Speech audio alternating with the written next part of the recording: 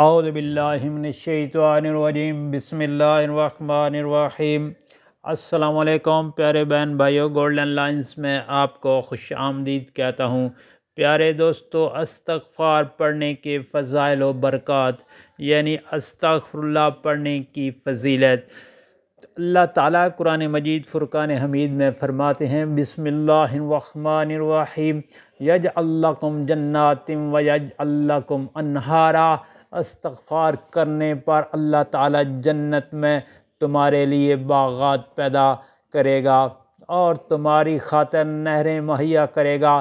پھر اللہ تعالیٰ کا ایک اور ارشاد پاک ہے یرسل السماء علیکم مدرارا۔ استغفار کرنے پر وہ تم پر آسمان سے خوب بارشیں برسائے گا۔ ایک اور جگہ اللہ پاک فرماتے ہیں یمددکم باموال۔ استغفار کرنے پر وہ تمہارے مال میں اضافہ فرمائے گا۔ نبی کریم صلی اللہ علیہ وآلہ وسلم نے فرمایا رزقہ من حیث لا یحتسب۔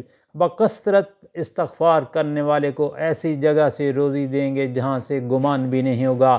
اللہ تعالیٰ نے سورہ نوح کی آیات نمبر 12 میں استغفار کے انعامات کا ذکر کرتے ہوئے فرمایا بنین، یعنی جو شخص استغفار کرے گا اللہ تعالیٰ اسے اولاد نرینہ کی نعمت سے نوازیں گے۔ حضرت حسن رضی اللہ تعالیٰ عنہ کے دربانوں میں سے ایک دربان جو خوب مالدار تھا لیکن اس کی اولاد نہیں تھی، اس نے حضرت معاویہ رضی اللہ تعالیٰ عنہ سے پوچھا کہ مجھے کوئی ایسی چیز بتائیں کہ اللہ پاک مجھے اولاد نصیب کرے۔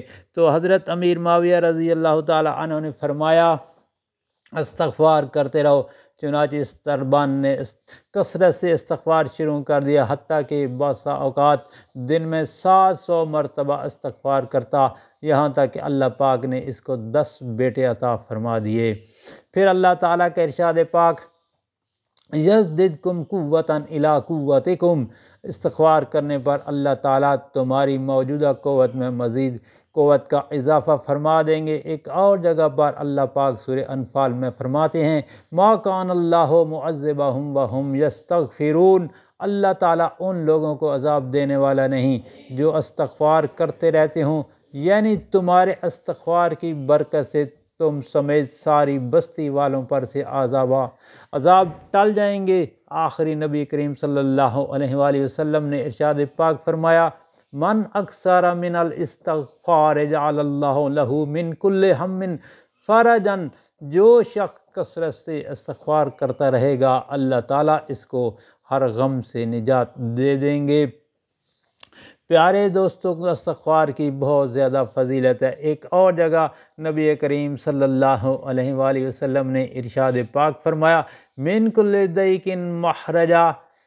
پھر رسول کریم صلی اللہ علیہ وآلہ وسلم نے ارشاد پاک فرمایا کہ جو شخص ہر دن اللہ تعالیٰ سے مومنین یا مومنات کے لیے 27 مرتبہ 27 ٹائمز استغفار کرتا ہے تو اللہ تعالیٰ اس کو ان لوگوں میں شمار فرماتے ہیں جن کی دعائیں قبول ہوتی ہیں اور جن کے تو فیض زمین والوں کو رزق دیا جاتا ہے۔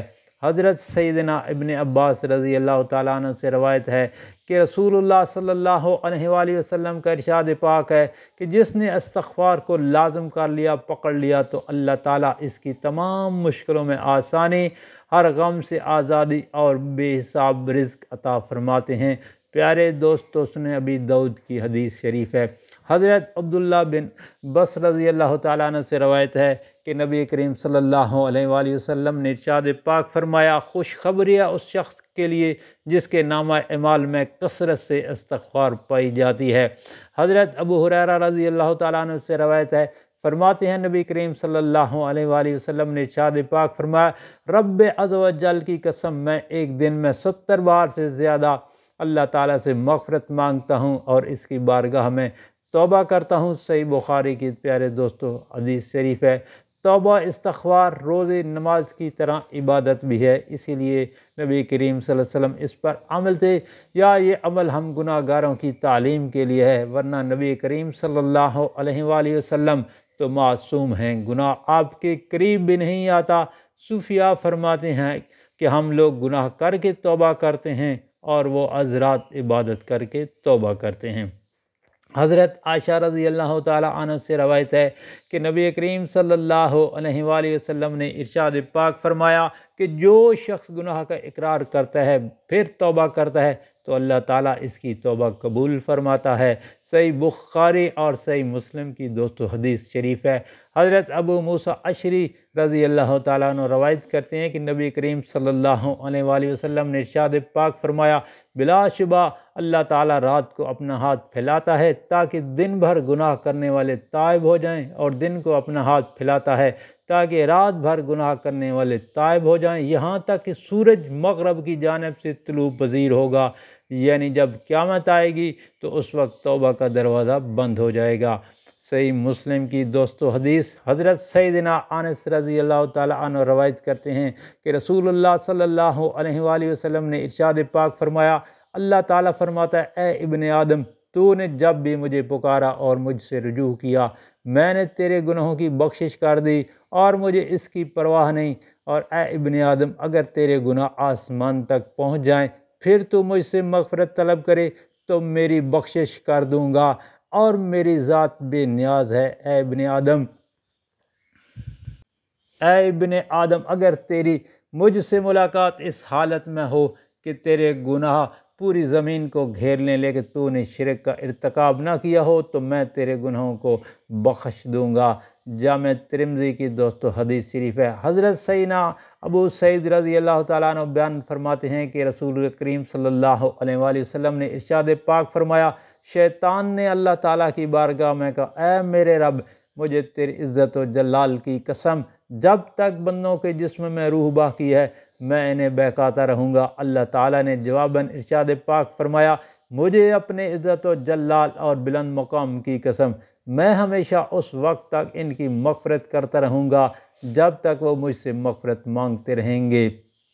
حضرت انس بن مالک رضی اللہ تعالیٰ عنہ سے روایت ہے، فرماتے ہیں کہ نبی کریم صلی اللہ علیہ وسلم نے ارشاد پاک فرمایا کہ بندہ گناہ کرنے کے بعد معافی مانگنے کے لیے جب اللہ تعالیٰ کی طرف پلٹتا ہے تو اللہ تعالیٰ اپنے بندے کے پلٹنے پر اس شخص کے مقابلے میں زیادہ خوش ہوتے ہیں جس نے اپنی اونٹنی جس پر اس کی زندگی کا دار و مدار تھا کسی بیابان میں کھو دی، پھر اس نے اچانک اسے پا لیا تو اونٹنی کو پا کر جتنا خوش ہوتا اس کا اندازہ نہیں کیا جا سکتا۔